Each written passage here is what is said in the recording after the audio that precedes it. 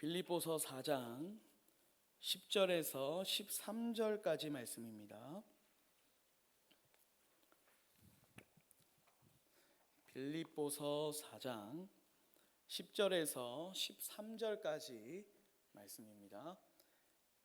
제가 가진 성경은 신약 성경 323쪽 부분에 있습니다.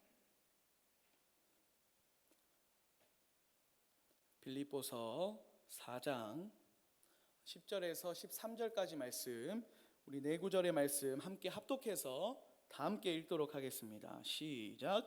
내가 주 안에서 크게 기뻐함은 너희가 나를 생각하던 것이 이제 다시 싹이 남이니 너희가 또한 이를 위하여 생각은 하였으나 기회가 없었느니라. 내가 궁핍함으로 말하는 것이 아니니라. 어떠한 형편에든지 나는 자족하기를 배웠노니 나는 비천에 처할 줄도 알고 풍부에 처할 줄도 알아. 모든 일 곧 배부름과 배고픔과 풍부와 궁핍에도 처할 줄 아는 일체의 비결을 배웠노라. 내게 능력 주시는 자 안에서 내가 모든 것을 할 수 있느니라. 아멘. 네, 오늘은 하나백 성품학교 28과입니다. 28과. 오늘의 성품은 이제 자족, 자족이라는 이제 그 성품을 가지고 함께 하나님의 말씀을 나누도록 하겠습니다.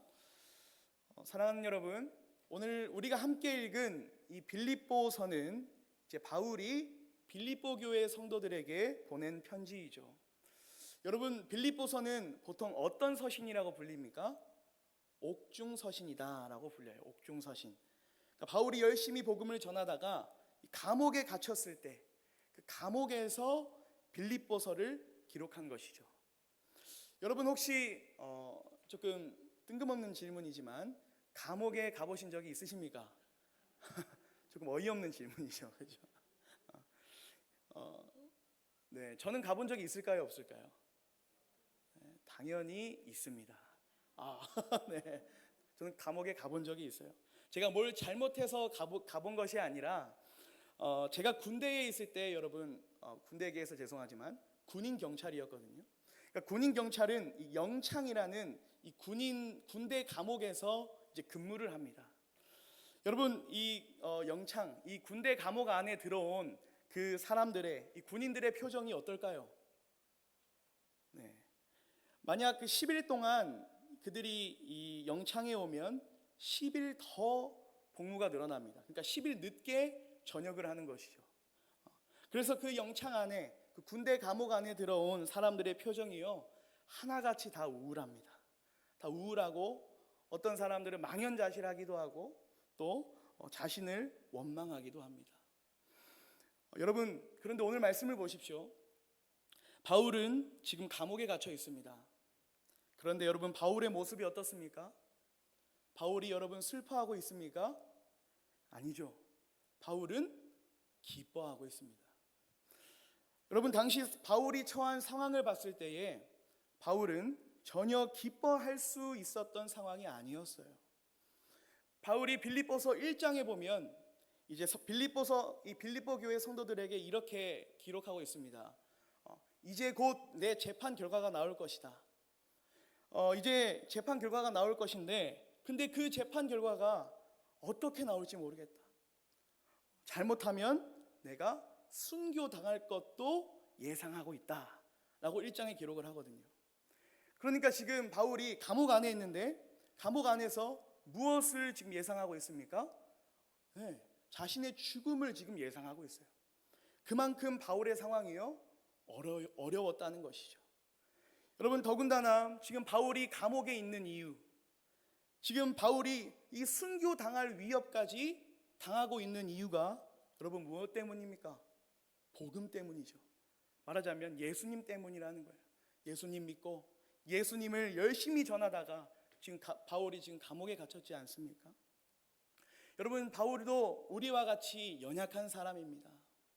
자신이 처한 상황, 감옥에 갇혀 있고 또 지금 순교당할 것 같은 그런 위험 속에 있고 또 그러한 이유가 내가 믿고 있는 그 주님 때문이었다는 것을, 모든 것을 지금 겪고 있는 바울의 상황, 이 바울이 처한 이 상황을 보면 당연히 망연자실하고 또 그렇게 만드신 하나님을 원망할 수 있는 충분한 그런 바울의 상황이었던 것이죠. 그런데 여러분, 바울은요, 오늘 말씀에 우리가 함께 읽어봤듯이 하나님을 원망하지 않습니다. 오히려 바울은 기뻐하고 있습니다. 자신이 열심히 복음을 전해서 복음이 전해지고 또 많은 사람들이 그 복음을 듣고 하나님께로 돌아올 때만 그가 기뻐한 것이 아니라 지금 이 빌립보서를 기록했을 때처럼 힘들고 연약하고 내가 아무것도 할 수 없었던 그러한 지금 이 순간에서도 바울은 지금 기뻐하고 있단 말입니다. 여러분 무엇이 이 바울을 기쁘게 했을까요? 여러분, 오늘 말씀은 우리에게 말합니다. 바울에게 어떤 성품이 있었기 때문입니까? 바로 자족의 성품이 있었기 때문에. 자족의 성품.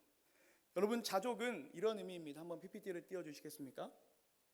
네, 쉬운 의미죠, 그렇죠? 자족은 현재 자신의 상황, 현재 자신의 모습에 만족하는 거예요. 쉽게 말해서 현재 내 상황이 기쁘든지 혹은 그 반대로 슬프든지, 내 상황이 좋든지 나쁘든지 내 상황에 만족하는 거예요. 지금 내 모습이 어떠하든지 만족하는 모습, 그것이 바로 자족이라는 의미죠. 여러분, 오늘 말씀에서 바울은 이 자족의 성품을 우리에게 강조하고 있습니다. 여러분, 현재 바울이 어디에 갇혀 있습니까? 감옥에 갇혀 있다고요. 감옥. 여러분, 바울이 살았던 시대에 감옥에 갇힌 사람에게 가장 필요했던 것이 무엇이었을까요? 네, 돈이었습니다. 돈이 제일 필요했어요. 감옥 안에서 돈이 없었다는 것은 마치 죽은 목숨과도 같았습니다. 왜 그렇습니까? 당시 로마 시대에 그 로마는요, 감옥에 갇힌 이 수감자들에게 여러분 식사도 주지 않았어요.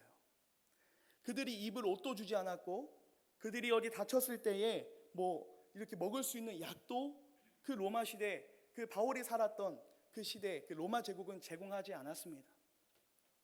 감옥에 있는 동안 필요한 모든 것을 이제 수감자가 뭘로 사야 합니까? 자신의 돈으로 사야 했다고요. 자신의 돈으로. 그러니까 이 감옥에 갇힌 수감자에게 반드시 필요한 거 무엇입니까? 돈이었어요. 돈. 여러분, 제가 이 본문을 연구하다가 한 주석에 보니까 로마 시대 이 감옥 안의 수감자들, 감옥에 갇힌 이 수감자들 사이에 빈번히 발생했던 게 바로 갈취였대요. 갈취. 나는 돈이 없고 저 사람이 돈이 있을 때 이제 쉽게 말하면은 이제 눈이 돌아가는 거예요.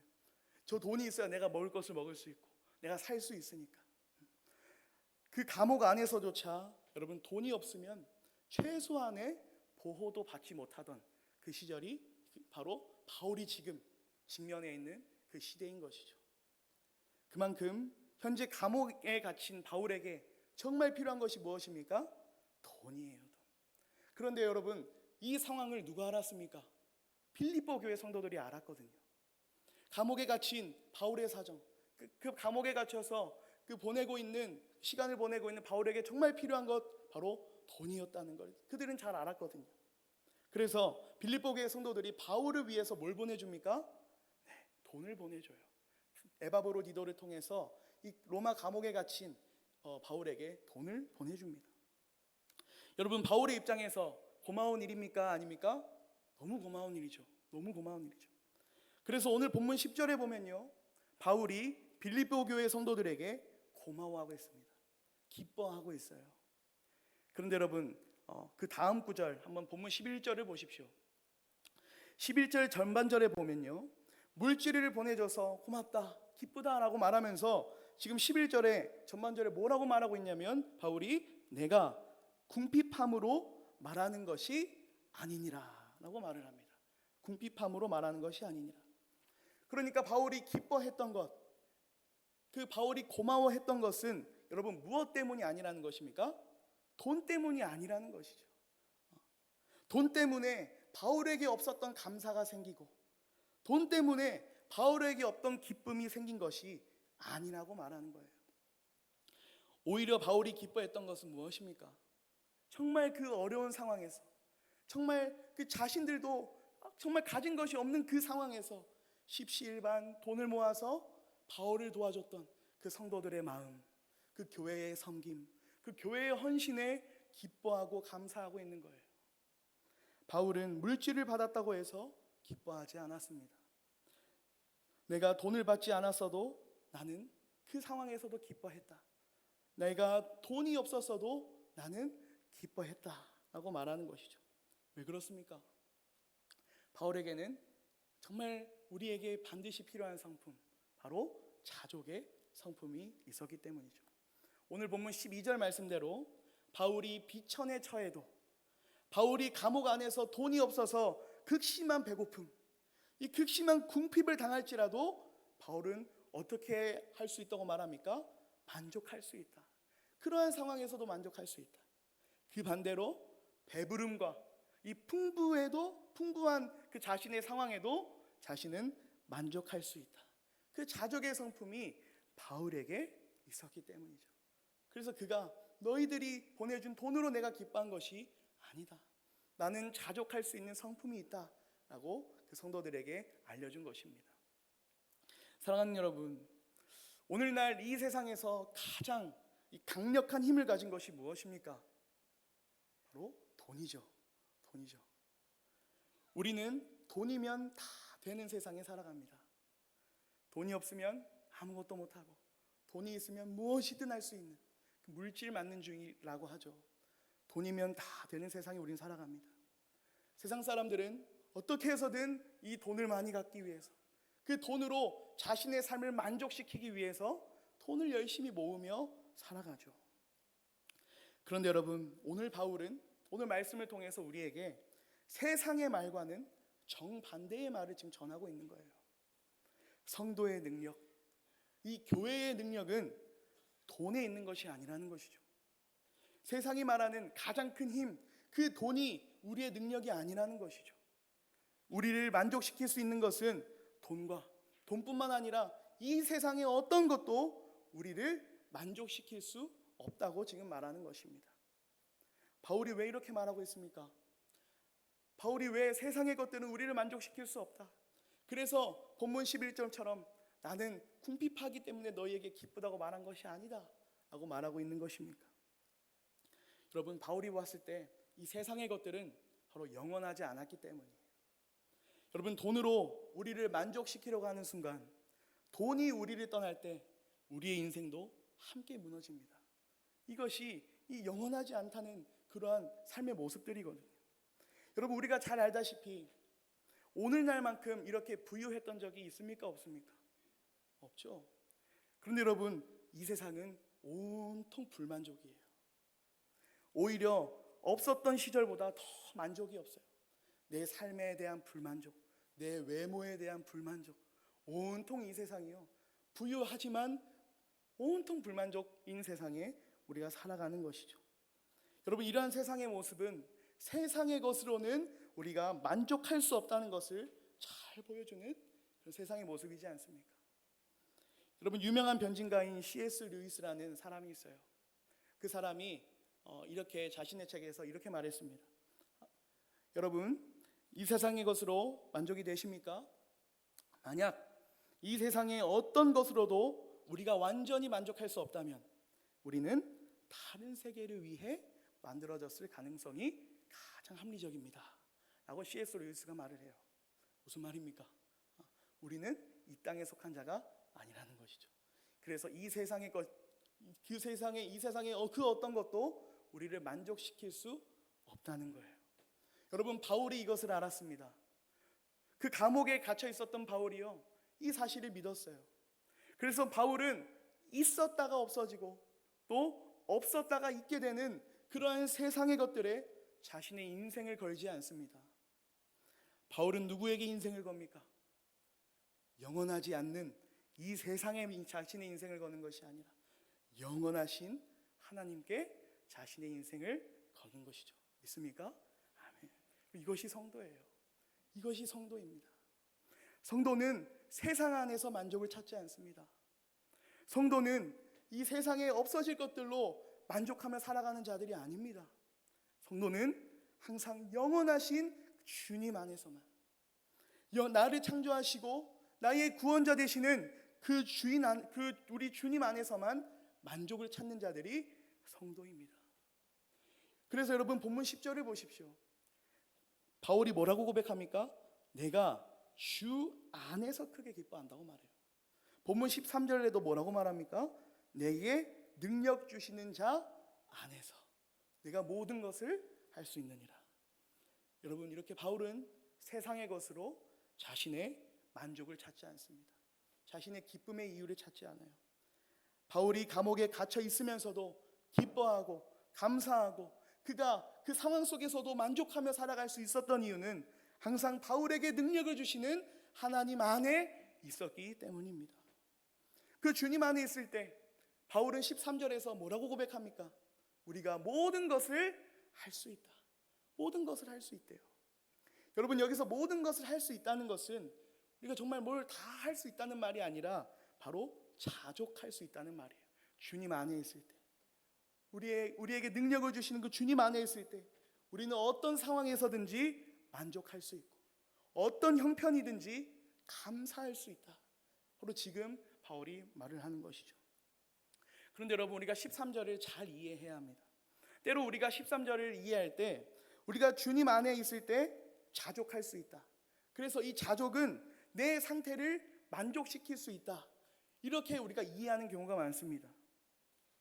그래서 지금 바울이 말하고 있는 것은 우리가 하나님의 안에 있어서, 내가 하나님 안에 있어서 감옥에 있는 것이 너무 좋다, 자신의 상태에 대한 만족을 말하는 것이 아니에요. 여러분, 바울의 만족은 내 상태에 대한 만족이 아니라 바로 무엇에 대한 만족입니까? 하나님의 주권에 대한 만족이거든요. 하나님의 주권. 하나님께서 나를 어떻게 인도하시든지, 하나님께서 내 인생을 감옥으로 인도하실지라도 내가 하나님의 주권 안에 있고 하나님의 손이 나를 잡고 있다면 나는 괜찮다고 말하는 거죠. 상태에 대한 만족이 아니라 하나님의 주권에 대한 만족, 하나님의 일하심에 대한 만족이 바로 바울에게 있었던 것이죠. 우리가 삶을 살아가면서도 때로는 아픔을 겪습니다. 고난을 겪습니다. 불안을 겪습니다. 그러나 그 모든 순간마저도 하나님의 주권이라면요, 여러분, 우리는 어떻습니까? 괜찮은 거예요. 괜찮은 거예요. 믿으십니까? 이것이 자족의 의미죠. 내 상태에 대한 만족이 아니라 하나님의 주권에 대한 만족. 그래서 우리가 아프지만 괜찮고 힘들지만 괜찮고, 사도 바울이 내가 이제 곧 순교를 당할 것 같지만 괜찮다. 왜 그렇습니까? 내 인생이 하나님의 주권 안에, 하나님의 손 안에 잡혀 있으니까요. 하나님의 주권 안에 내 삶을 두니까 아무리 상황이 어렵게 바뀌어도, 아무리 환경이 바뀌어도 그 주님의 주권 안에서 만족할 수 있는 것이죠. 여러분, 이렇게 평안한 이 삶의 모습이 세상에 어디 있습니까? 우리가 하나님을 떠나서 자신의 힘으로, 또 자신의 것으로, 또 세상의 것을 믿고 의지하는 순간 우리는 만족하지 못하고 항상 남과 비교하면서 불행하게 살아갈 수밖에 없습니다. 그래서 우리는 우리에게 능력을 주시는 하나님 안에 있어야 돼요. 우리 그 안에 있을 때 하나님께서 우리의 삶을 인도하시고 우리의 삶을 지키고 보호하신다는 그 만족이 우리의 모든 상황을 이기고 승리하게 하는 것입니다. 오늘 말씀을 준비하다가 제가 한 찬양을 정말 수십 번 불렀던 것 같아요. 너무 다들 성도님들 알고 계시는 찬양인데, 송경민 씨가 이제 작사 작곡한 충만이라는 곡이죠. 충만이라는 곡. 가사가 이렇습니다. 무명이어도 공허하지 않는다. 왜냐면 나는 예수님 안에 만족하기 때문이다. 가난하여도 부족하지 않는 것은 예수 안에 오직 나는 부유하기 때문이다. 고난 중에도 내가 견뎌낼 수 있는 것은 주의 계획 믿기 때문이다. 실패하여도 일어설 수 있는 것은 예수님 안에 오직 나는 승리하기 때문이다. 내 몸이 약해도 낙심하지 않는 것은 예수 안에 완전하기 때문이다. 화려한 세상 부럽지 않은 것은 예수로 충만하기 때문이다. 여러분, 이 찬양의 고백이 우리의 삶의 고백이 되길 바랍니다. 예수님 안에 있을 때 우리의 삶의 모습이 어렵고 힘들지라도 우리는 그 속에서 위로를 얻고 감사하며 기뻐하며 만족할 수 있는 것입니다. 이 믿음으로 우리 주님 안에서, 우리에게 능력을 주시는 우리 주님 안에서 만족하며 또 자족의 삶을 살아가시는 사랑하는 모든 성도님들이 되시기를 간절히 소망합니다. 아멘. 사랑하는 여러분, 다시 말씀으로 돌아와서요, 바울은 항상 주님 안에서 만족하며 살아갔습니다. 그런데 여러분, 바울이 왜 이렇게 자족하며 살아갔을까요? 여러분, 자족하는 삶은요, 바로 누구의 삶이었기 때문입니까? 예수님의 삶이었기 때문이죠. 예수님의 삶이었기 때문이에요. 우리가 하나님 안에서 정말 하나님만으로 만족하는 이 자족의 삶을 살아가는 이유는 여러분 분명합니다. 바울이 그렇게 살았기 때문이 아니라 누가 그렇게 사셨기 때문입니까? 예수님이 그렇게 사셨기 때문이에요. 너희들이 내 제자라면 자기를 부인하고 자신의 십자가를 지고 나를 따르라. 예수님의 제자는 이 가르친 대로 살아가는 자들이거든요. 그리스도인은 그리스도를 따라 사는 자들이거든요. 중간이 없는 것이죠. 사도 바울도 자신이 기록한 빌립보서에서 이 사실을 계속 강조하고 있습니다. 빌립보서 2장에 보시면 빌립보 교회 성도들에게 뭐라고 말합니까? 너희들이 어떤 마음을 품어라? 그리스도의 마음을 품어라. 예수님께서 낮아지셨듯이 너희도 낮아지고, 그리스도께서 죽기까지 충성하셨듯이 너희도 죽기까지 충성해라. 그리스도를 따르라는 거예요. 그리고 빌립보서 3장 10절과 12절에서도 바울은 똑같이 말하고 있습니다. 한번 우리 3장 10절에서 12절 말씀 같이 읽겠습니다. 시작. 내가 그리스도와 그 부활의 권능과 그 고난의 참여함을 알고자 하여 그의 죽으심을 본받아 어떻게 해서든지 죽은 자 가운데서 부활에 이르려 하노니, 내가 이미 얻었다 함도 아니요 온전히 이루었다 함도 아니라 오직 내가 그리스도 예수께 잡힌 바 된 그것을 잡으려고 달려가노라. 아멘. 바울은 예수님을 바라보면서 그 예수님의 길을 그냥 묵묵히 따라가고 있는 거예요. 그래서 오늘 본문을 보십시오. 오늘 본문에 보면 주 안에서와 같이 또 반복적으로 나오는 그런 단어가 있는데 바로 그 단어가 배웠다라는 단어입니다.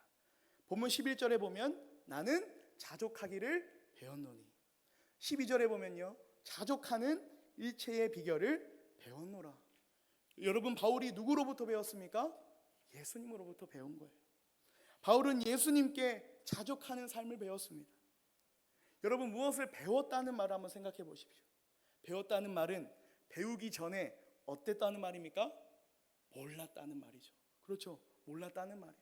바울은 처음부터 자족하며 살아가지 못했습니다. 똑같이 상황에 따라 내 믿음이 변하고 상황에 따라 불만하고 그런 삶을 살아갔습니다. 그런데 여러분, 바울이 점점 시간이 지나고 또 복음을 전하다가 자신이 힘들었을 때 누가 생각이 났겠습니까? 예수님이 이제 생각이 나는 거예요. 자신이 궁핍에 처했을 때 누가 생각이 났을까요? 예수님이 생각이 나는 거예요. 그 반대로 자신의 이제 복음을 전하면서 많은 영혼들이 주님께로 돌아왔을 때, 자신이 풍부에 처했을 때 그 기쁜 마음으로 누구의 마음이 떠올랐겠습니까? 예수님의 마음이 떠오르는 거예요. 바울은 예수님의 모습을 보면서 예수님의 모습을 따라가면서 그 예수님의 모습을 배웠습니다. 그리고 예수님의 삶과 그 가르침대로 살아가려는 그의 노력, 정말 이 뼈를 깎는 그 노력이 결국 자족의 그러한 삶을 살아가게 만든 것이죠. 사랑하는 여러분, 우리도 마찬가지입니다. 우리도 우리의 삶 속에서 우리가 누구를 바라보며 살아가야겠습니까? 예수님을 바라보며 살아가야 되는 것이죠. 우리를 구원하신 예수님을 바라보면서 우리도 예수 그리스도를 본받아 살아가기를 우리는 힘써야 합니다. 사람들의 멸시와 그 사람들의 고통 가운데에서도 하나님 안에서 만족하셨던 우리 주님처럼 우리도 하나님 한 분만으로 만족하는 삶을 살아가야 합니다. 우리도 세상의 손가락질과 무시에도 오직 하나님만으로 만족하며 믿음으로 살아가야 하는 것이죠. 예수님과 같이 세상의 말이 아니라 하나님의 말씀대로 이 세상을 승리하며 살아가야 하는 것이죠.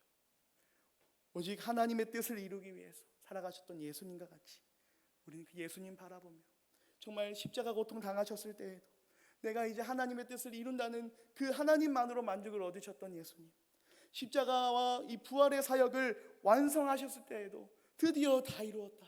드디어 하나님의 뜻을 다 이루었다 라고 말씀하시면서 하나님만으로 만족하셨던 그 예수님을 본받아서 우리도 어떤 상황과 어떤 형편과 또 어떤 환경에서든지 오직 하나님만으로 만족하고 기뻐하는 그러한 삶을 살아가는 모든 성도님들이 되시기를 주님의 이름으로 간절히 소망합니다.